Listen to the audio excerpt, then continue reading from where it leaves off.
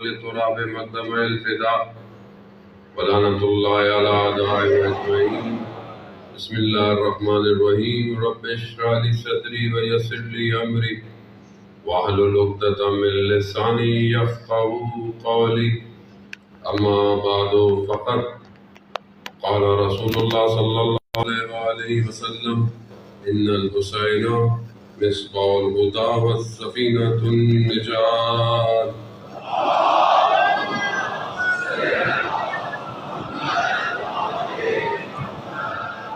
عزیزان محترم، معذرت کے تاخیر ہو گئی، لیکن آپ بھی کافی دیر سے بیٹھے ہوئے. ایام سفر کی کچھ مجالس میں سے آپ کی خدمت میں حاضر ہیں.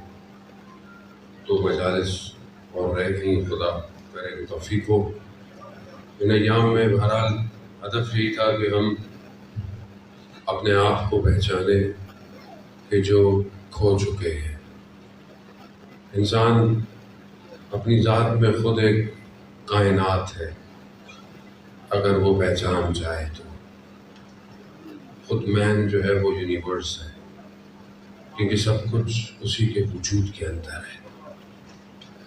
جو باہر ہے، جب تک اس کے وجود کے ساتھ اس کا رابطہ محکم نہیں ہوتا، وہ باہر کو پہچان نہیں سکتا. بہرحال میں کوشش تو کرتا ہوں کہ آسان لفظوں میں آپ تک بات کو منتقل کروں، لیکن بات مشکل ہے. یہ شور و غل جو ہو رہا ہے، یہ صدائیں، یہ بالکل جیسے چار راہ پر انسان کھڑا ہو اور ایک آوازیں آ رہی ہوتی ہیں، کوئی دائیں کوئی بائیں، کوئی سامنے سے کوئی پیچھے سے آوازیں دے رہا ہے. انسان پریشان اور گمان میں کھڑا ہے کہ کہاں جائے. تو اسے اپنے وجود سے آواز آتی ہے. قرآن اس آواز کو یوں بیان کرتا ہے کہ میں تمہاری شہرت سے بھی زیادہ قریب ہوں.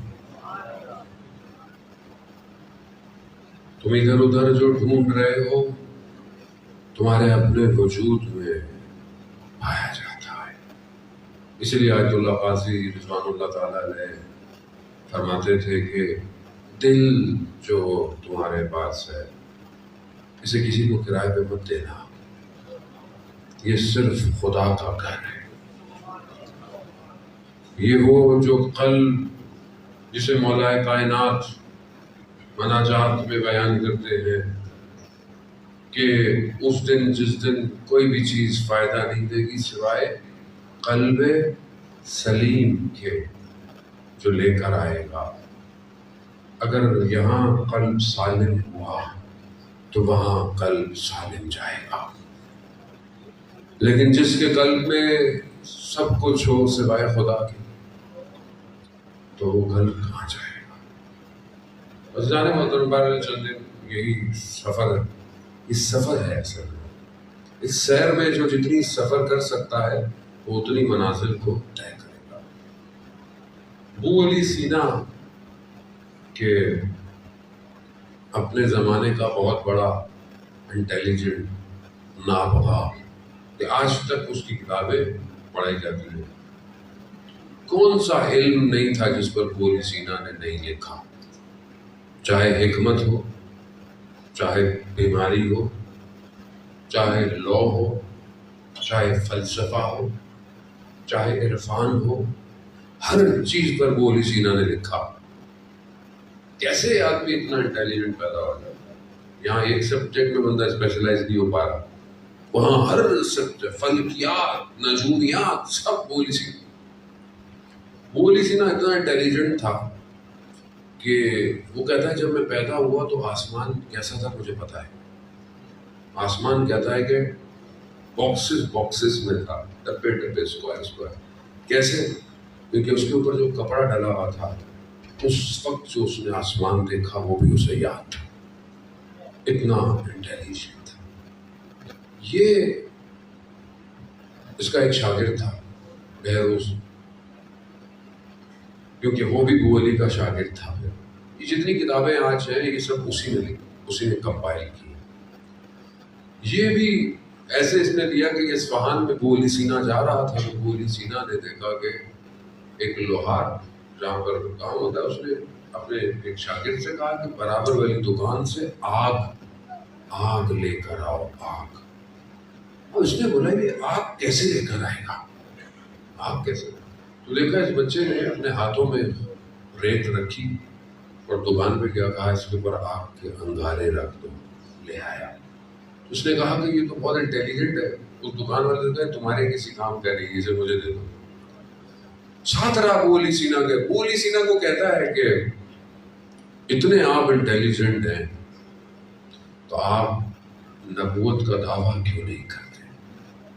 آپ کیوں نہیں کہتے کہ آپ نبی ہیں؟ اتنا تو علم ہے آپ کے پاس، کوئی علم کی کمی ہے آپ کے پاس؟ ابو علی سینا خاموش رہتا تھا، بولتا نہیں تھا. ہمدان کی شدید سردیاں، فجر سے پہلے ابو علی نے اپنے شاگرد کو کہا جاؤ باہر سے پانی لاؤ، مجھے وضو کرنا ہے.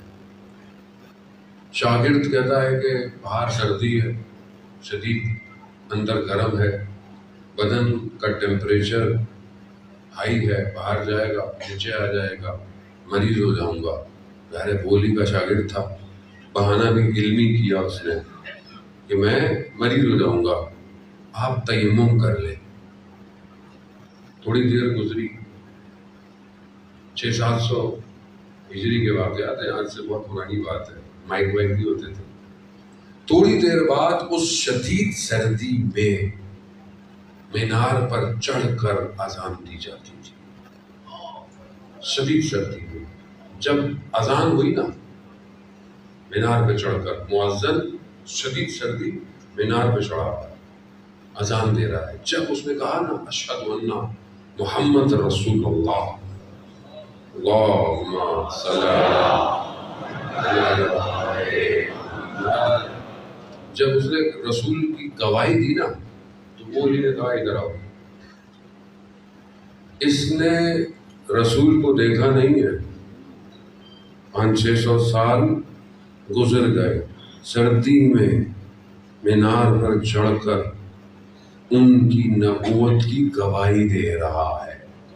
تو میرا شاگرد ہوتے ہوئے پانی تو لا نہیں سکتا، مجھے کہتا ہے نبوت کا دعویٰ کروں. وہ نبی اللہ کا نمائندہ ہوتا ہے، وہ اللہ کا نمائندہ ہے. دنیا کی تھیوری تھوڑی ہے، دنیا کا سائنٹسٹ تھوڑی ہے، اللہ کا نمائندہ ہے. بزانے بہت بات ساری یہی ہے، بات ساری گھوم کے اللہ پہ آتی ہے. اللہ کہاں ہے؟ کوئی بچے کو جانا مولانا یہ کسی سوال کر دیا، اللہ کہاں ہے؟ اللہ کہاں ہے؟ اوپر کدھر ہے؟ اللہ تو کسی نہ مکان میں آتا ہے نہ زبان میں آتا ہے، وہ تو ہر جگہ ہے. تو پھر مجھے احساس کیوں نہیں ہوتا؟ آیت اللہ عظمہ بحثت فرماتے تھے اگر تمہیں خدا کے وجود کا احساس ہو جائے کبھی بھی گناہ نہیں کرو گے. خدا کہاں ہے؟ خدا اوپر ہے، سو رہا ہے خدا نہ اس کا. اللہ آیت الکرسی کیوں پڑھتے ہیں؟ نہ اسے نیند آتی ہے نہ اسے، وہ ہر جگہ ہے. وہ یہاں ہے، یہاں سے بھی زیادہ، میرے وجود سے زیادہ مجھ سے قریب ہے خدا. لیکن جب میں عمل کرتا ہوں تو مجھے لگتا ہے کہ خدا ہے ہی نہیں. کیوں عزیزان محترم ایسا کیوں ہے؟ اللہ نے 1,24,000 کیوں بھیجے؟ کہ اسے پہچانو. اور اگر وہی نہیں ہے زندگی میں تو پھر کیا ہے؟ کتنا بہترین دعا الفا کے جملے ہیں عزیزان محترم. امام حسین علیہ السلام ارشاد فرماتے اللہم صلی علی محمد وآلہ. امام حسین ارشاد فرماتے ہیں اندھی ہو وہ آنکھ جو تجھے نہ دیکھ پائے، اور جس نے تجھے پایا اس نے کیا کھویا، اور جس نے تجھے کھو دیا اس نے کیا پایا. تو یہ خدا میری زندگی میں کہاں ہے؟ بات تو یہی ہے کہ میری زندگی میں یہ راز و نیاز کہاں ہے؟ یہ مناجات کہاں ہے؟ کیا میں خدا سے گفتگو کرتا ہوں؟ کیا میں خدا سے بات کرتا ہوں؟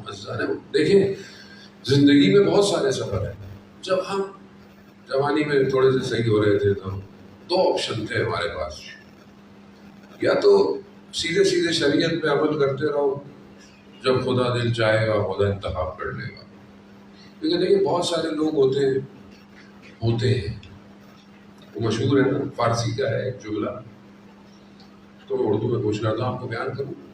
یہ لیلا مجنون جو ہے نا یہ تمثیل ہے. عرفا اس کو تمثیلاً بیان کرتے ہیں، عشق حقیقی کو بیان کرنے کے لیے ان کی مثالیں دیتے ہیں. لیلا مجنون. ہمارے یہاں بھی بہت سارے فوکس ایسے ہیں، ہیر رانجھا، سسی بنو، شیریں فرہاد. ہو سکتا ہے کہ بہرحال ان کا وجود ہو سکتا ہے، ایسا نہیں کہ نہیں ہو. لیکن عرفا، شعراء، صوفی، اولیاء ان کو استعمال کرتے ہیں حقیقت کو بیان کرنے کے لیے. لیلا مجنون والا بھی وہ کہتا ہے کہ ایک واقعہ اس نے لیلا کا بیان کیا. کیا بیان کیا؟ کہ لوگ لائن میں کھڑے ہوئے ہیں اپنے کوزوں کو لے کے، لیلا اس میں پانی دے رہی ہے. ابھی تمثیل ہے، سب بات سمجھنے کی ہے. جیسے ہی مجنوں کی باری آتی ہے لیلا اس کا برتن توڑ دیتی ہے. اب وہ کیا کہتا ہے؟ وہ یہ نہیں کہتا کہ یہ کیا کیا، وہ کہتا ہے کہ لیلا نے کسی اور کا برتن تو نہیں توڑا. چرا لیلا کوزے من را شکست، لیلا نے میرا ہی کوزہ کیوں توڑا. اس کا مطلب ہے کہ مجھے وہ کچھ سمجھتی ہے. ہم اتنے پریشان رہتے ہیں، میرے ساتھ یہ ہو گیا، میرے ساتھ وہ ہو گیا.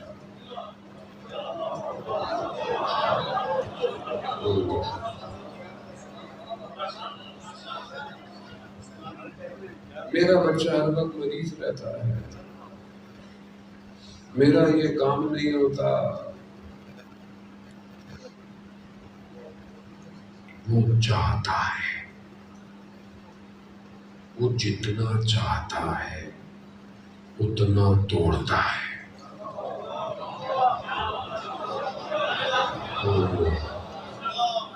وہ جتنا چاہے گا اتنا توڑے گا، وہ جتنا ٹوٹے گا اتنا کھینچے گا اس کی طرف. کیوں؟ کتنا فارسی کا ایک بڑا خوبصورت کلام ہے. ایک شاعر نے لکھا 8ویں امام کی خدمت میں، اللہم صلی علی محمد. وہ کہتا ہے کہ میں امام کے پاس آتا ہے نا، وہ کہتا ہے کہ من خبر دورا، یعنی مجھے خبر ملی ہے کہ شما دل ہائی شکسته را می‌خری، کہ آپ ٹوٹے ہوئے دلوں کو خریدتے ہیں. من شکستہ دل آورتا ہوں، میں اپنا ٹوٹا ہوا دل آپ کی خدمت میں لے آیا ہوں، کیونکہ آپ کے علاوہ مجھے اس کا کوئی خریدار نظر نہیں آتا. عزیزان وہ عشق یہی ہے، اللہ سے اور اس کے ولیوں سے. ایک نگاہ ولی کے لیے انسان تڑپتا ہے کہ اسے نظر آ جائے. یہ جو میں نے آپ کو بتایا وہ ہمارے پاس بھی یہی آپشن تھا، یا تو چپ کر کے عمل کرتے رہے زندگی میں، جب دل چاہے گا خود انتخاب، یا پھر توڑے. ایسا توڑے کہ پھر آدمی کو سمجھ میں نہ آئے، اور جب سب دروازے بند ہو جائیں تو پھر اس کا دروازہ کھلتا ہے. جب انسان اپنی زندگی میں سب پر ڈیپینڈنٹ ہوتا ہے نا، میرا تو یہ کام کر دے گا، میرا یہ کام کر دے گا، جب سارے دروازے بند ہو جاتے ہیں نا تو پھر انسان کا کام ہو جاتا ہے. کیوں؟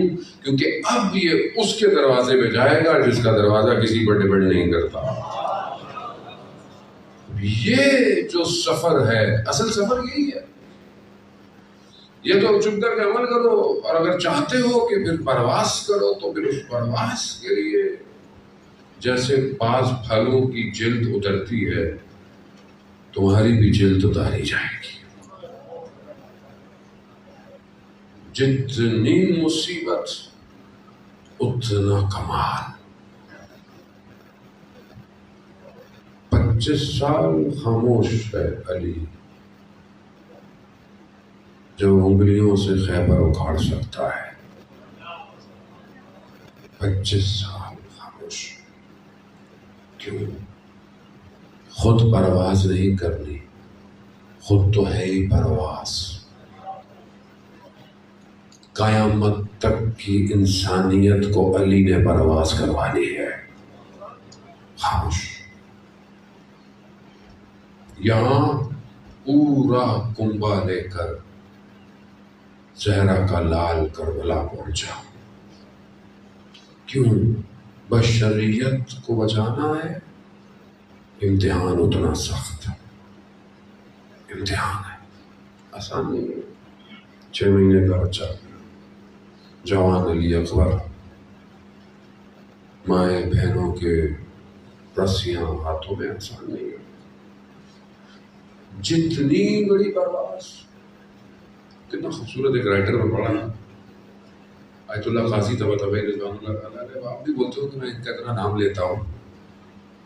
یہ نجف میں جو وادی السلام ہے نا، اس کے اندر ان کا مرتد ہے. آپ انشاءاللہ مولا کی زیارت پہ جائیں. نجف وادی السلام جاتے ہیں، 2 انبیاء کی قبر پہ جاتے ہیں تو تھوڑا سا آگے جا کے الٹے ہاتھ پہ ان کا مرتد ہے.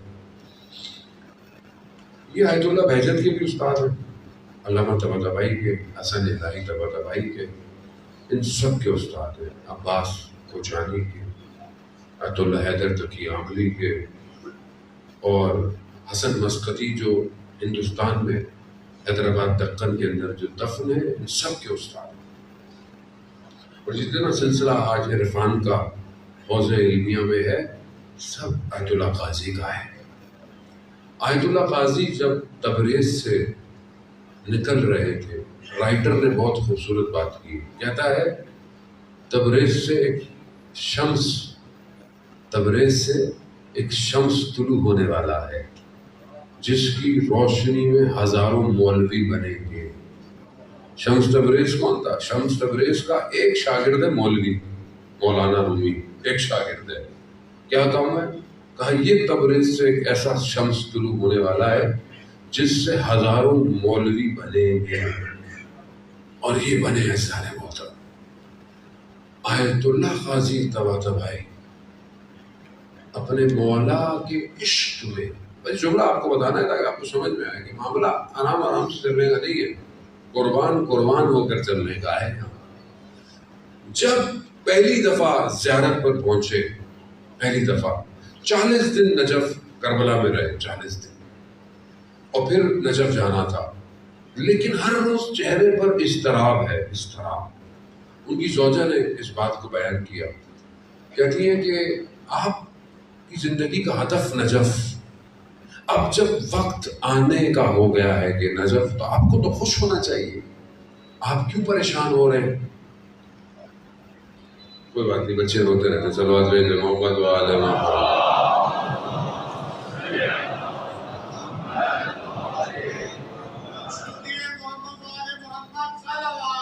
اللهم صل على محمد.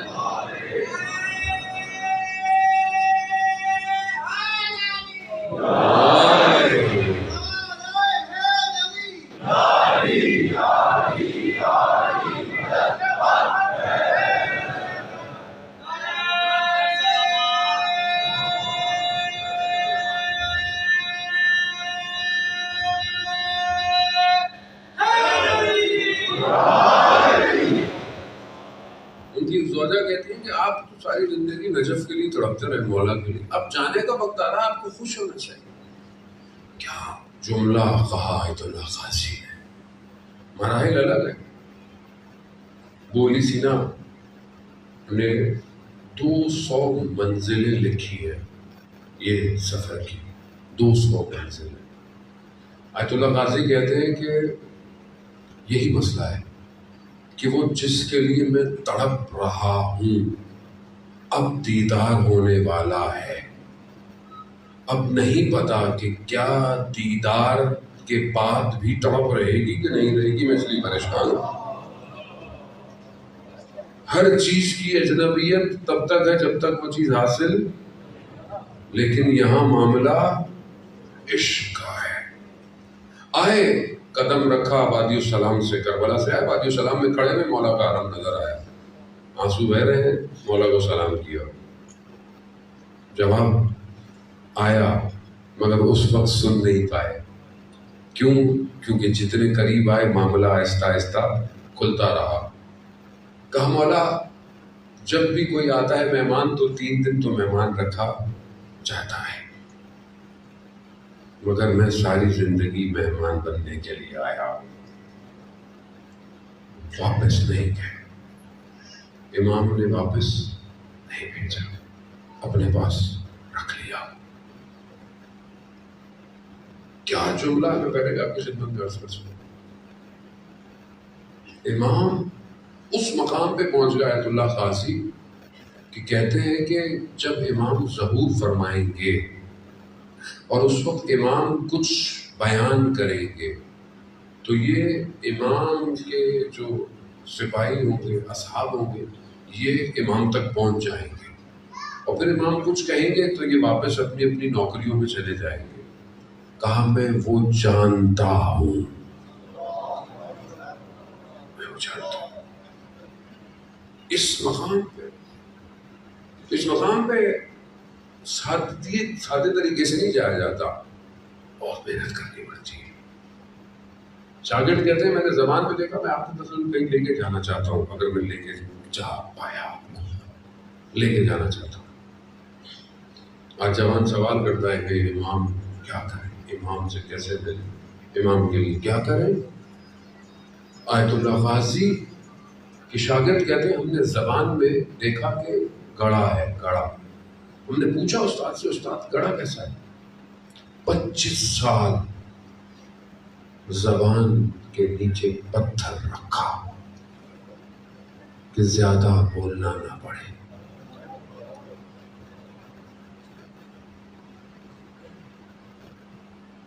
یہاں تو بندہ کیا کیا بولتا ہے، ایسے نہیں پہنچ سکتے آپ۔ اور یہ بولنا صرف زبان سے نہیں، آج کل کے دور میں وہ موبائل آپ کے ہاتھ میں، کیا بول رہے ہیں، واٹس ایپ میسج فارورڈ کر رہے ہیں، یہ بولنا ہے، اسٹیٹس پہ لکھنا، یہ لکھنا، وہ لکھنا، ہر وقت یہ سب بولنا ہے۔ اور زیادہ بولنے والے کا دل حماقت سے بھر جاتا ہے، حکمت نہیں کھلتی زیادہ بولنے والے کو۔ 25 سال کیوں؟ کیونکہ صرف محرم سے گفتگو کری جائے، بس نامحرم سے گفتگو ان کے لیے نامحرم ہو رہی ہے، ان کے لیے بہت چیزیں نامحرم تھی۔ ازارہ ہوتا ہے ہم کیا کریں، مولانا صاحب اتنی بڑی بڑی باتیں ہم کرتے ہیں، ہم لوگ کہاں جائیں؟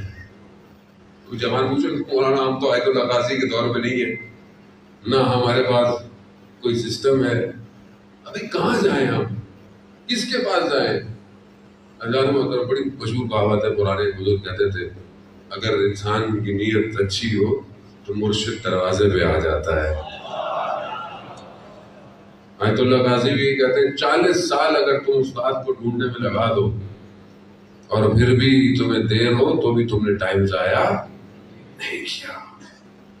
نفس کی تربیت، جہاں ہم اپنے بدن کو تربیت دیتے ہیں، بس میں یہاں تک لانا تھا آپ سے، تمام سے دعا، بدن کو کھلاؤ پلاؤ، واکنگ جاگنگ، جم جانا ہے، اسمارٹ بننا ہے، بال اچھے ہونے چاہیے، برانڈیڈ کپڑے ہونے چاہیے، چلو برانڈ نہیں تو چلو بس کاپی تو جلدی چاہیے کم از کم، ایسے ہی ہے نا آج کل تو فرسٹ کاپی تو پہلے آدمی کم از کم، سب کیوں آگے نظر آؤ دیکھے، کوئی اچھی بات ہے، بری بات نہیں ہے، لڑکوں کو اسمارٹ ہونا چاہیے، ورزش کرنی چاہیے، باڈی بھی اچھی ہونی چاہیے، ایکسرسائز کرے، مطلب ایک تعارف میں آپ اسمارٹ ہونے چاہیے، اسمارٹ نہیں برین بھی اسمارٹ ہونا چاہیے، نہیں بندہ کڑا ہو سے پتہ ہی کچھ نہ ہو، ایسا نہیں، پر فٹ ہونا چاہیے، ضروری ہے۔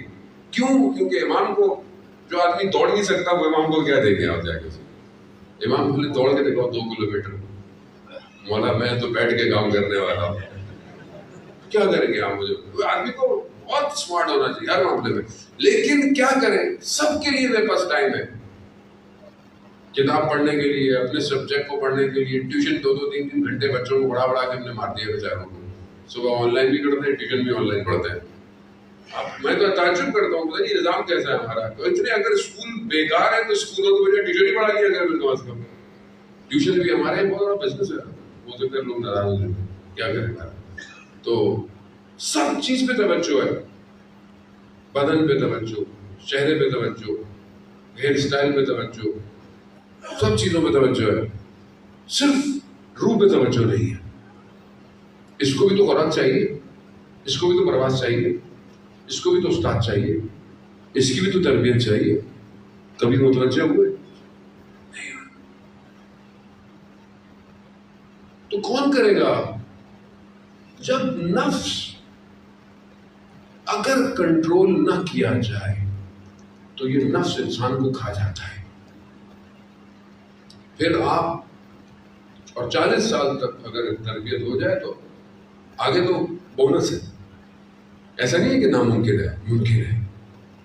لیکن جوانی میں اگر نفس کنٹرول ہو جائے پھر انسان پرواز کرتا ہے. امام کو ایسے لوگ چاہیے، سارے محترم، امام کو ایسا جوان نہیں چاہیے کہ جو ذرا سی بات پہ گر جائے، ایک تصویر پہ گر جائے، ایک آواز پہ گر جائے، ایک رانگ میسج آنے پر سب گر جائے. ایسے ہوتا ہے نا، میسج آتا ہے پھر آئیڈیا چیک کرتا ہے آدمی جا کے. اب یہ نہیں پتا سامنے ہے کون، یہ بھی نہیں پتا، آج کل کمپیوٹر کا دور ہے، سب کچھ ہی فیک ہے.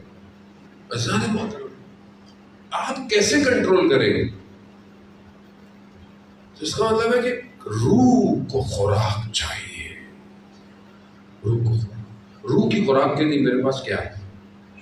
کتنا میرے پاس 24 گھنٹے میں روح کی خوراک کو ٹائم دیتا ہوں. مولانا نماز تو پڑھتے ہیں، اور کیا کریں، جان لیں گے کیا؟ بات یہ ہے کہ نماز تو ہم اپنے لیے پڑھتے ہیں، دین کے لیے پڑھتے. نماز نہیں پڑھے گے تو بولے نہیں تو بے دین آدمی ہے. نماز پڑھنے، اچھا نماز پڑھنے کا آپ کو تو ثواب نہیں ہے، اور ٹینشن میں آ جائے گی. نماز واجب ہے، واجب کے ادا کرنے پہ ثواب نہیں ہے، واجب کے ترک کرنے پر عذاب ہے. یہ تو واجب ہے، کرنا ہی کرنا ہے. ثواب تو مستحبات کا ہوتا ہے کہ نفل کتنے پڑھے، تاکیبات کتنی پڑھی. بہت حلوہ مل گیا دین میں، اصل میں مسئلہ ادھر یہی ہے. اب نماز تو کرنی ہے، کیا کروں میں؟ روح کے لیے آپ کے پاس ٹائم ٹیبل ہونا چاہیے. دیکھیں ہر چیز جو آپ کرتے ہیں اس کا تعلق روح سے ہے. آسانی کر دیتا ہوں آپ کے لیے، مشکل ہو گیا تھوڑا سا، آپ کے چہرے بتا رہے ہیں، تھوڑا میں پیچھے آ جاؤں، تھوڑا لیول نیچے کی طرف آؤں. جو آپ کام کرتے ہیں وہ آپ کے روح پہ افیکٹ کرتا ہے. جو آپ کام کرتے ہیں، حدیث تو لانی ہے، وقت نہیں ہے میرے پاس کہ میں آپ کی خدمت میں عرض کروں. ایک حصہ جو آپ کھا رہے ہیں، جو آپ کھاتے ہیں، وہ آپ کے نفس کے اوپر ڈائریکٹلی افیکٹ کرتا ہے. بولے گا نفس کا تعلق ہے، آپ کو وظیفے دے، ہمیں تسبیحاں دے، کچھ چلے دے، یا آپ کھانے پہ آ گئے. حدیث امام جعفر صادق علیہ السلام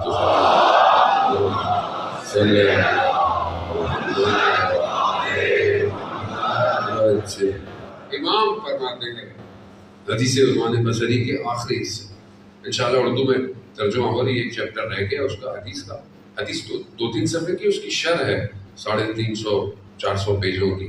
آیت اللہ تحریری نے اس کی تشریح کی. اردو میں ایک چیپٹر رہ گیا، انشاءاللہ امید ہے 1-2 مہینے میں پرنٹ ہو کے اردو میں آپ کو ملے گی انشاءاللہ.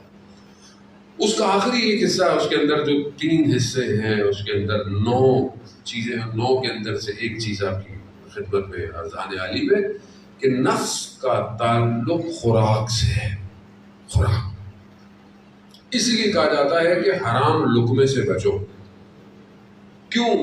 حرام لقمہ امام کے مقابلے میں لے آتا ہے. حرام لقمہ. کربلا امام نصیحت دے رہے ہیں، وصیت، ہدایت، نہیں مان رہے۔ امام نے کہا تمہیں نہیں آپ سمجھ میں آئے گا۔ کیوں؟ امام نے خود فرمایا ان کی شکموں میں حرام لقمے ہیں،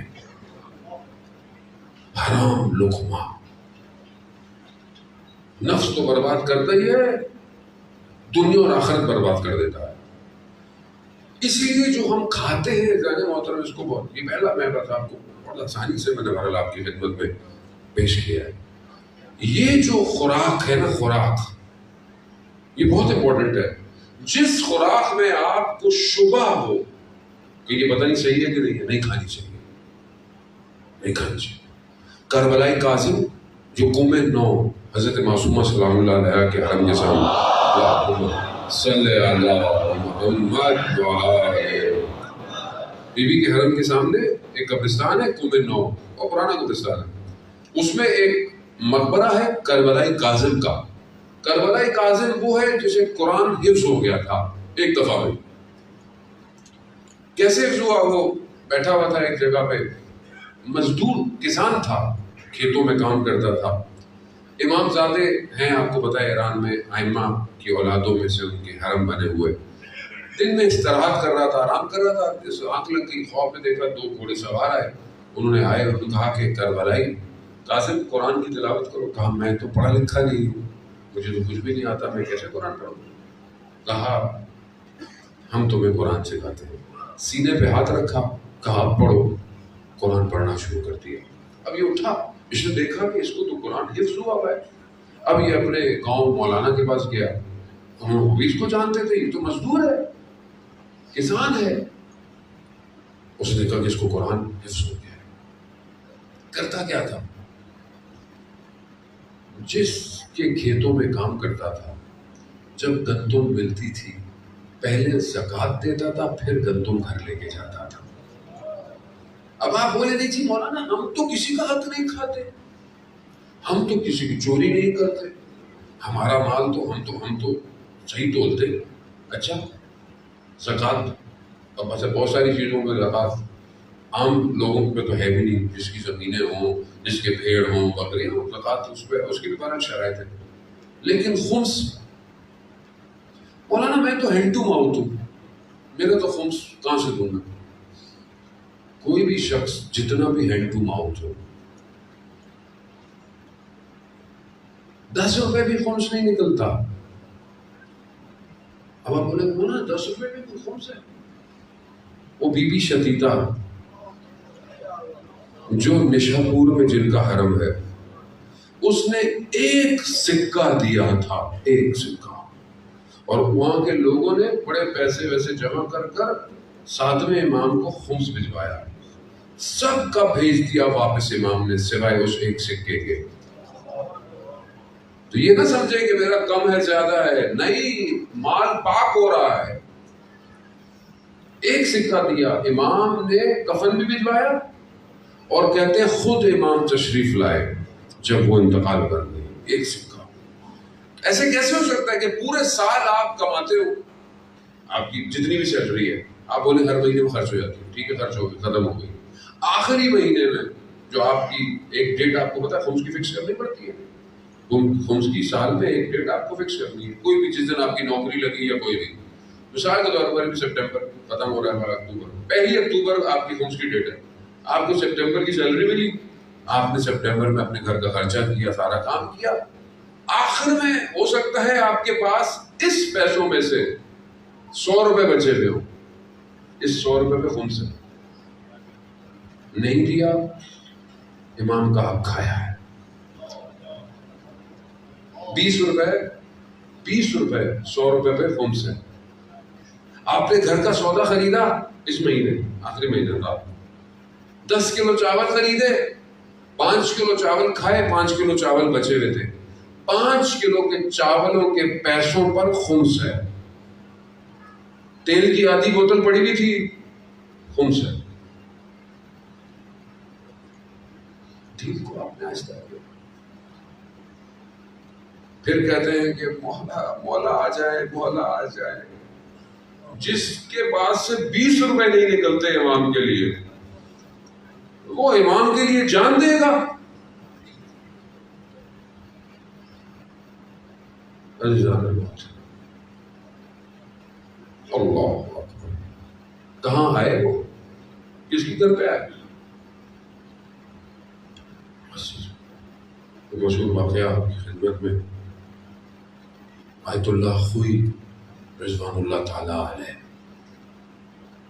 بہرحال آپ کو پتا آیت اللہ خوئی نے بھی آیت اللہ قاضی طباطبائی سے وظیفہ مانگا تھا، ایک وظیفہ مانگا تھا کہ اپنے بارے میں جاننا چاہتا ہوں کیا ہوگا کل، تو ایک عمل دیا جو انہوں نے مولا امیر المومنین کے حرم میں انجام دیا۔ آیت اللہ خوئی اپنے زمانے کے سب سے بڑے مہاراج ہیں، کہتے ہیں عمل کیا تو انہیں دکھایا گیا، آہستہ آہستہ ان کا درس بڑھتا جا رہا ہے، لوگ درس میں آ رہے ہیں، درس سے خارج، آہستہ آہستہ آواز آئی آیت اللہ عظمہ خوئی زمانے کا مہاراج، یہ سب ان کو دکھایا گیا، دکھایا گیا، دکھایا گیا، دکھایا گیا۔ اچانک سے ایک آواز آ رہی ہے حرم میں، وفے تو مر گیا آج آیت اللہ خوئی۔ یہ گھبرا کے اڑ گئے، گھبرا کے اڑ گئے، سب دکھایا انہیں کہ آپ اتنے بڑے مہاراجے بن جائیں گے اور اس طرح آپ کا انتقال ہو جائے گا۔ یہ اس آیت اللہ قاضی کے پاس آئے کہ میں نے ایسے ایسے دیکھا، یہ ہوا وہ ہوا، کہا اگر تم گھبراتے نہیں نا تو تمہیں قیامت تک کا دکھایا جاتا، قیامت تک۔ آیت اللہ خوئی کے والد نجف سے بغداد جا رہے ہیں، راستے میں ایک شہر آتا ہے ہلا ایک شہر آتا ہے، وہاں پہ گزر رہے تھے تو انہوں نے دیکھا کہ ایک مسجد ٹائپ کا بنا ہوا ہے اور اس پہ لکھا ہوا ہے کہ ہاذا مقام صاحب الزمان، یہ جو جگہ ہے یہ امام زمانہ کا مقام ہے۔ انہوں نے پوچھا کہ یہ کیا ماجرا ہے، یہ کون سا مقام ہے؟ کہا کہ یہاں پر ایک شخص رہتا تھا شیخ علی، اور وہ امام سے بہت محبت کرتا تھا واقعی، اور امام کے لیے تڑپتا تھا، بہت راز و نیاز کرتا تھا، مولا کیوں نہیں آ جاتے، مولا آ جائیں، مولا کب تک آنکھیں آپ کے انتظار میں تڑپتی رہیں گی، مولا ہم سب تیار ہیں آپ کے لیے۔ آپ اتنا روتا تھا، مشہور تھا۔ ایک دن برداشت نہیں ہوا، بیابانوں میں نکل گیا، چیخ و پکار امام زمانہ کو پکارے جا رہا ہے۔ اچانک سے امام آ گئے، اب اتنی تڑپ کوئی کرے تو امام تو آ ہی جائے گا۔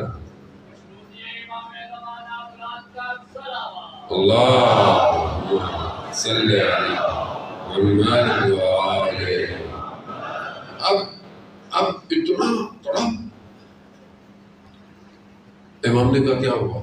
کہا مولا، پاؤں میں پڑ گیا، مولا آنکھیں دھو گئی، زندگی ختم ہو رہی ہے، آپ کیوں نہیں آتے؟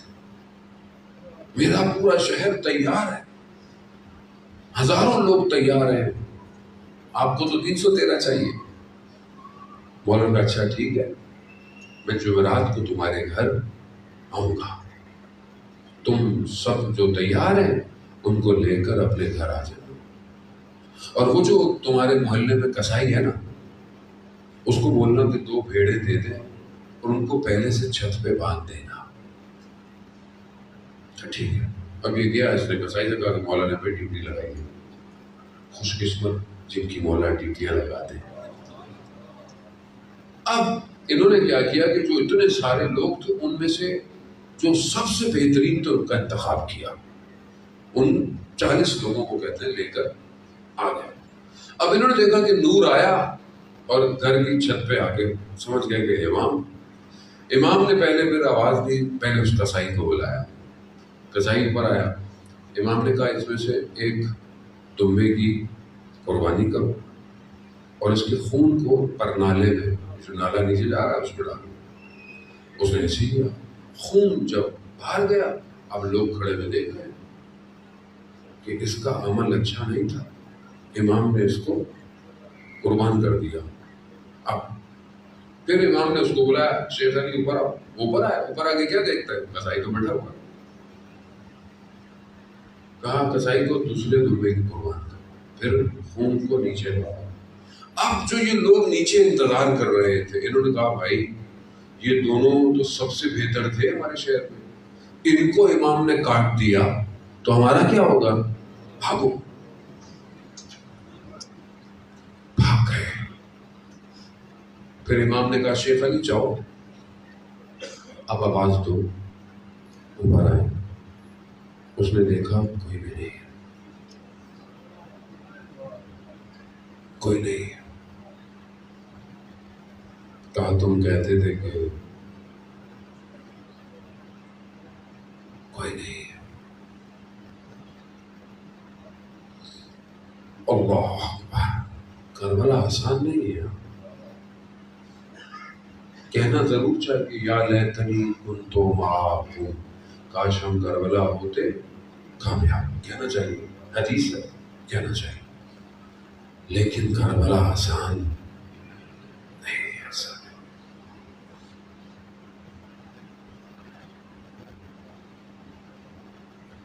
امام آ رہے ہیں کربلا کے راستے میں، امام کی آنکھ لگی، امام کی آنکھ کھلی، امام نے کہا انا للہ و انا الیہ راجعون۔ پیچھے سے ایک جوان کہا بابا یہ کلمہ آپ کی زبان پہ کیوں جاری ہوا؟ کہا بیٹا میں نے خواب میں دیکھا کہ ایک منادی ہمارے کاروان کے پیچھے ندا دے رہا ہے کہ موت اس کے پیچھے پیچھے چل رہی ہے۔ کہا بابا ہم حق پہ نہیں ہیں؟ کہا نہیں بیٹا ہم حق پہ ہیں۔ کہا بابا کیا فرق پڑتا ہے موت ہم پہ آ پڑے یا ہم موت پہ جا پڑے؟ علی اکبر شبیہ پیغمبر۔ امام حسین فرماتے تھے کہ جب ہمارا دل چاہتا تھا اپنے نانا کی آواز سننا، ہم علی اکبر کی آواز سنتے تھے۔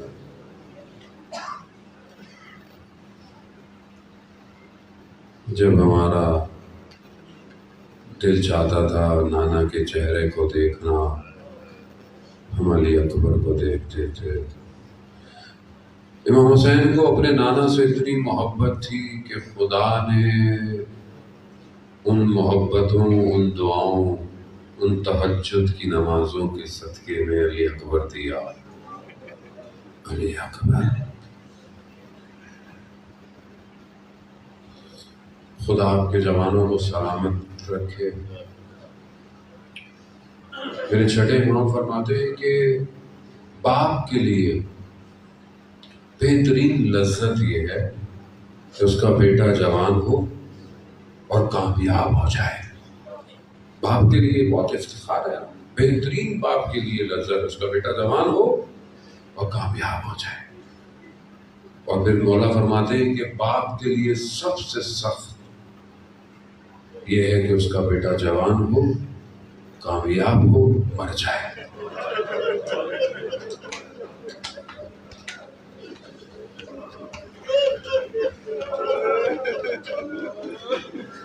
کوئی اور نہیں تھا جس کی بات اہل حرم مانتے تھے۔ جب بھی اہل حرم کو خاموش کروانا ہوتا تھا تو امام حسین علی اکبر کو بھیجتے تھے۔ علی اکبر۔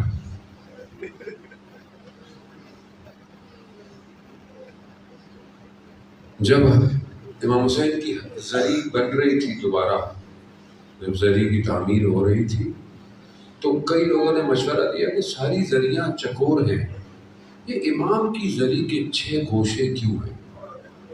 6 گوشے ہیں نا، واحد زری ہے جس کے 6 گوشے ہیں۔ تو کہا کہ نہیں ابھی ہم بناتے ہیں اس کو، ہم 4 گوشے ہی بنا دیتے ہیں، بڑی بنا دیں گے۔ آیت اللہ عظمہ بہشت نے منع کیا، کہا نہیں اس کو 6 گوشے ہی بناؤ، وہ ایک گوشہ علی اکبر کا ہے۔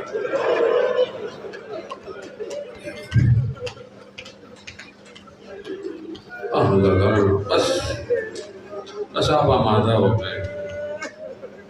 یہ تو وہ ماں جانتی ہے جو اس راستے میں آج شام پہنچے ہوئے ہیں، 3 دن کہتے ہیں یہ شام کے بازار میں کھڑے رہے۔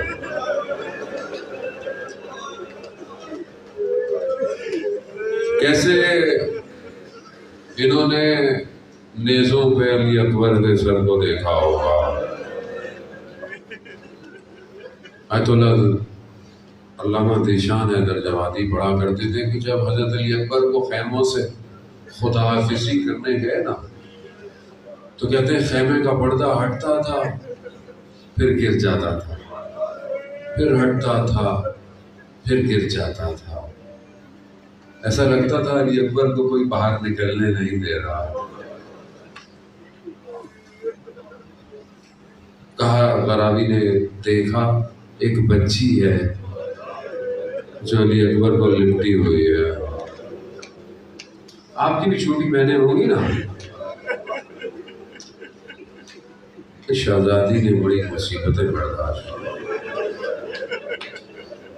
علی اکبر آئے، بس حضرات محترم مصائب آپ سنتے رہتے ہیں، آپ سنتے رہے۔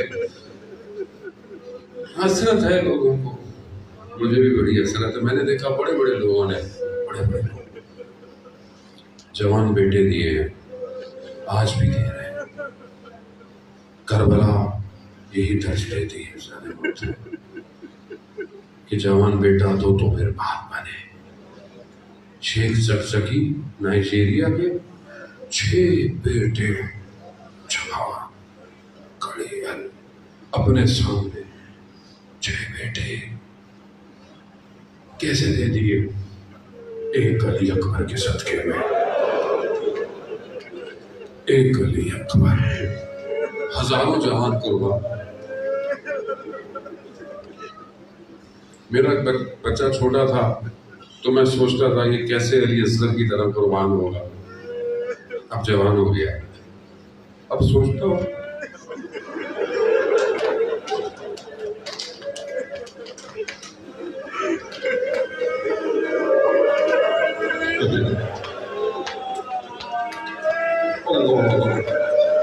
اللہ تعالیٰ نے جب حضرت علی اکبر تیار ہوئے نا، تیار ہوئے، علی کا پوتا ہے، عباس کا شاگرد ہے، خوب روح جوان ہے، نقاب لگا کر چہرے سے گیا، تیار کیا، بھیجا، بس آخر چل رہا ہے۔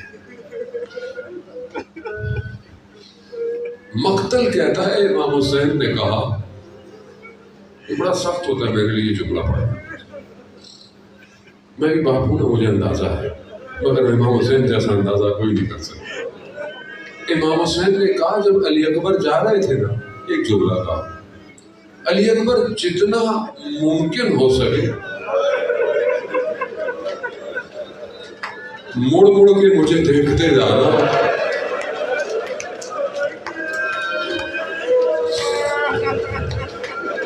مڑ مڑ کے مجھے دیکھتے جانا علی اکبر۔ جانے باپ بیٹے میں کتنی محبت تھی۔ گئے علی اکبر، جنگ کی، علی کا بیٹا شیر خدا کا پوتا، جنگ کی، واپس آیا، واپس آیا۔ امام نے کہا علی اکبر کیا ہوا؟ کہتے ہیں علی اکبر نے کہا بابا زرہ کی گرمی، لوہے کا ہے نا، زرہ کی گرمی پیاس کی شدت مارے دیتی ہے۔ اللہ اکبر۔ کبھی عالم غربت میں کوئی بیٹا باپ سے سوال نہ کرے، بابا زرہ کی گرمی پیاس کی شدت مارے دیتی ہے، اگر تھوڑا پانی مل جاتا تو میں بتاتا جنگ کسے کہتے ہیں، مگر آپ اپنے دلوں پہ ہاتھ رکھ کر بولے حضرت علی اکبر نہیں جانتے تھے بابا کے پاس پانی نہیں ہے۔ کیوں؟ علماء کہتے ہیں مہاجرہ کوئی اور تھا، مہاجرہ باپ بیٹے کی محبت تھی، ابھی نہیں۔ مقتل کہتے ہیں میرے مولا نے اپنی زبان کو علی اکبر کے زبان میں، علی اکبر نے چیخ ماری، بابا آپ کی زبان تو میری زبان سے بھی زیادہ یہ تو خدا جانتا ہے زہرا کا لال کب سے پیاسا تھا. آزاداران محترم، بس پھر میرے مولا کا علی اکبر اب واپس نہیں آنا. جاؤ، تمہارے جب تمہارا انتظار کر رہے ہیں. علی اکبر گئے. آزاداران محترم، یہ سامنے سے نہیں لڑ سکتے تھے بنی ہاشم کے. انہوں نے پیچھے سے وار کیا، نیزہ پیچھے سے مارا. نیزہ آ کر حضرت علی اکبر کی پیٹھ پہ لگا. علی اکبر توازن کھو گئے. مقاتل میں ہاتھ سواری پر آ گئے. آنکھ، تیر کہتے ہیں سواری کی آنکھ پہ بھی لگا. راستہ بھول گیا. دشمن کی طرف سواری چلی گئی. مقتل کے جملے ہیں، جس کے پاس جو تھا اربن اربا ٹکڑے ٹکڑے کر دیا. اللہ اللہ یا امام زمانہ. بس عزاداران محترم، بس نہ جانے کس طرح علی اکبر زمین پر آئے. علی اکبر وہ شہید ہے جس نے اپنے بابا سے مدد نہیں مانگی. کہا بابا میرا آخری سلام. بس اب اللہ جانتا ہے حسین کس طرح علی اکبر کے جنازے پہ آیا. جب حر کا بیٹا گرا نا کربلا میں، تو اس سے پہلے کہ حر پہنچتے امام حسین پہنچ گئے. کہا حر، شریعت میں بیٹے کے جنازے پہ باپ نہیں آتا. میں کہوں گا حر آئیے دیکھیے دیکھیے. مقتل کہتا ہے میرے مولا خاک کربلا پر بیٹھ گئے، سر کو اٹھایا، زانو پر رکھا، 3 دفعہ کہا ولدی ولدی ولدی علی اکبر. ارے علی اکبر، تیرے بعد دنیا بیکار دو. عزاداران محترم، مقاتل میں میرے مولا نے علی اکبر کی رخسار پر رخسار رکھی. اب نہ جانے باپ بیٹے نے کیا بولا. بس بعد میں میرے مولا سے علی اکبر کا جنازہ اٹھایا نہیں گیا. کہا بنی ہاشم کے جوانوں، آؤ علی اکبر کا جنازہ